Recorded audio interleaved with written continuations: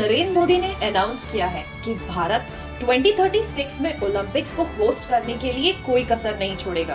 तो क्या इंडिया को ओलंपिक्स होस्ट करना चाहिए और इसे होस्ट करने के लिए क्या प्रिस्क्रिप्शन फॉलो किए जाते हैं, ये जानने के लिए वीडियो को लास्ट तक देखें। इस अनाउंसमेंट के बाद से ये क्वेश्चन उठ रहा है कि क्या इंडिया को ओलंपिक्स होस्ट करना चाहिए।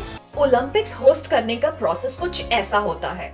सबसे पहले इंडिया को इंडियन ओलंपिक एसोसिएशन से एक फॉर्मल लेटर सबमिट करना होगा। 2019 से इंटरनेशनल ओलंपिक कमेटी ने फ्यूचर होस्ट तय करने के लिए कंपेटिटिव बिडिंग के प्रोसेस को स्टॉप कर दिया है। इसके पहले सिटीज एक दूसरे के अगेंस्ट इम्प्रेसिव वीडियोस, वेन्यूज और एजेंट्स के थ्रू कॉम्पीट करती थी, जिससे कॉस्ट लाखों डॉलर्स तक शूट अप होती थी। लेकिन अब इंटरनेशनल ओलंपिक कमेटी उन सिटीज को प्रेफरेंस दे रही जहां majority of infrastructure already present हो, जैसे लॉस एंजलिस जो 2028 के ओलंपिक्स का होस्ट है। वहां एक भी नया वेन्यू बनाना नहीं पड़ा। इसमें एक एक्सेप्शन है, जब न्यू इंफ्रास्ट्रक्चर का निर्माण एक लार्जर लेगेसी में कंट्रीब्यूट करे, जैसे कि एक इंडियन सिटी अपने स्पोर्टिंग इंफ्रास्ट्रक्चर को बढ़ाने का प्रयास करे। ऐसे केसेस में बिडिंग प्रोसेस में हिंड्रेंस नहीं आती है। एक बार ऑफिशियल डायलॉग शुरू हो जाने के बाद इंटरनेशनल ओलंपिक कमेटी का फ्यूचर होस्ट कमीशन हर बिड को फिर से एग्जामिन करता है और रिकमेंडेशन देता है कि टारगेटेड डायलॉग्स के लिए किस होस्ट को आगे बढ़ना चाहिए। 2036 ओलंपिक्स को होस्ट करने के लिए पोलैंड, इंडोनेशिया और मैक्सिको ने भी इंटरेस्ट शो किया है। बट ओलंपिक्स को होस्ट करने का क्या बेनिफिट हो सकता है? हमेशा से ही ओलंपिक्स को होस्ट करना एक सॉफ्ट पावर के वे में प्रोजेक्ट किया जाता है। इस पर मोदी जी ने कहा भी, स्पोर्ट्स केवल मेडल जीतने का नहीं बल्कि दिल जीतने और दुनिया को एकजुट करने का माध्यम है। ये वैसा ही है जैसे कि G20 प्रेसिडेंसी या कोई भी हाई फोरम को होस्ट करने की इंडिया की एक्साइटमेंट रही है, जहां इंडिया ने हमेशा ही a seat higher at the table मांगा है, जैसे कि यूएन सिक्योरिटी काउंसिल। इनफैक्ट बहुत एक्सपर्ट्स का मानना है कि इंडिया में ओलंपिक्स होस्ट करने से इंडियन एथलीट्स के मेडल काउंट में सिग्निफिकेंट बूस्ट एक्सपेक्टेड है। जैसे फॉर्मर शूटर अभिनव बिंद्रा का कहना है, ओलंपिक मूवमेंट वास्तव में इंडिया की यूथ को इंस्पायर कर सकता है। 2 time Olympic medalist PV Sindhu भी कुछ ऐसा ही मानती है कि लोगों का खेल के बारे में बात करना हम सभी के लिए बहुत बड़ी मोटिवेशन है। इसलिए मोदी जी ने दावा किया है कि इंडिया में खेल केवल खेला नहीं जाता बल्कि जिया जाता है। जब आप भारत के गांव में जाएंगे तो पाएंगे कि कोई भी त्योहार खेल के बिना अधूरा रहता है।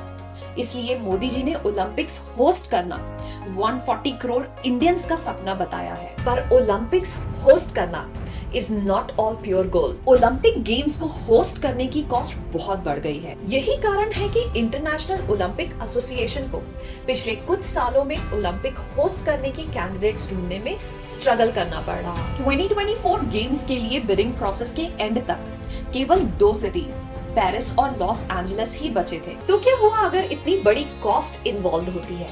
रिटर्न्स भी तो उतने ही होते होंगे ना। चलिए पता करते हैं। रेवेन्यूज एक्सपेंडिचर का केवल एक फ्रैक्शन ही कवर करता है।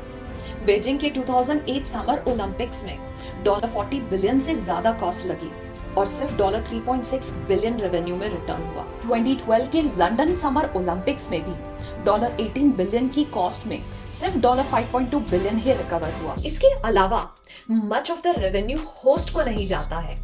इनफैक्ट इंटरनेशनल ओलंपिक कमेटी सभी टेलीविजन रेवेन्यू का आधे से ज्यादा पार्ट रख लेता है, जो कि इन गेम्स का सबसे बड़ा रेवेन्यू का सोर्स है। इसके अलावा गेम की host cities are left with white elephants. Harvard business school के 2018 के वर्किंग पेपर में व्हाइट एलिफेंट्स उन एक्सपेंसिव फैसिलिटीज को बताया गया है जिनके साइज या स्पेसिफाइड नेचर के कारण ओलंपिक्स के बाद यूज बहुत लिमिटेड हो जाता है। जैसे सिडनी का ओलंपिक स्टेडियम के मेंटेनेंस पर सिटी हर साल $30 मिलियन स्पेंड करता है। इनफैक्ट 2010 के कॉमनवेल्थ गेम्स के होस्ट इंडिया पर भी सीरियस करप्शन और इंफ्रास्ट्रक्चर की क्वालिटी से कॉम्प्रोमाइज करने का आरोप है, जिसने इंटरनेशनल मीडिया कवरेज भी हासिल की।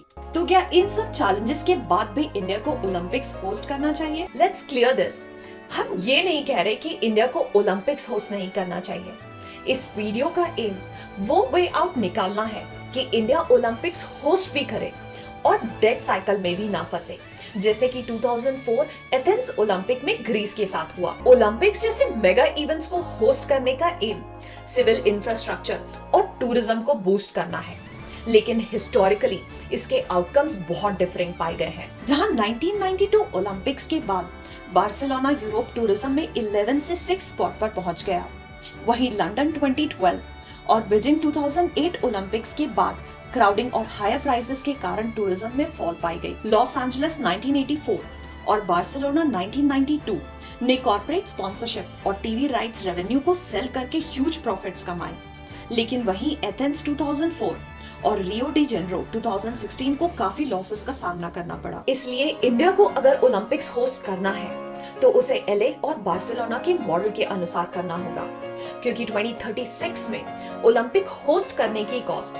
डेफिनेटली 40 to 50 बिलियन यूएसडी से अधिक होगी। इसके अलावा इंडिया के पास प्लान होना चाहिए कि ओलंपिक्स के बाद क्रिएटेड इंफ्रास्ट्रक्चर का कैसे यूटिलाइजेशन किया जा सकता है, जैसे कि ट्रेनिंग पर्पसेस या म्यूजियम के लिए। एक और इम्पोर्टेंट पॉइंट ये है कि इंडिया को ये क्लियरिटी होनी चाहिए कि ओलंपिक होस्ट करके हम क्या अचीव करना चाहते हैं। जैसे चाइना के केस में बीजिंग को जब 2008 ओलंपिक अवार्ड किया गया, तो book sporting super power and insiders view on China's quest to be the best में बताया गया कि इसका एम दुनिया को चाइना का एक न्यू मॉडर्नाइज फेस दिखाना था, जो कि एकमात्र पॉलिटिकल गोल था। पर अगर इंडिया का एम प्योरली स्पोर्ट्स है तो उसे पॉलिटिकल बायस और करप्शन के बिना केवल यंग टैलेंट को नर्चर करते हुए सामान्य रूप से शुरुआत करनी चाहिए। बनाया गया टॉप इंफ्रास्ट्रक्चर होम एथलीट्स के लिए वरदान साबित होगा। खैर, होप ये है कि अगर इंडियन गवर्नमेंट 2036 ओलंपिक्स के लिए बिड लगाती है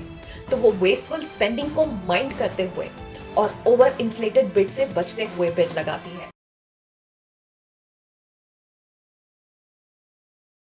Please like and subscribe to our channel and don't forget to share it with your friends.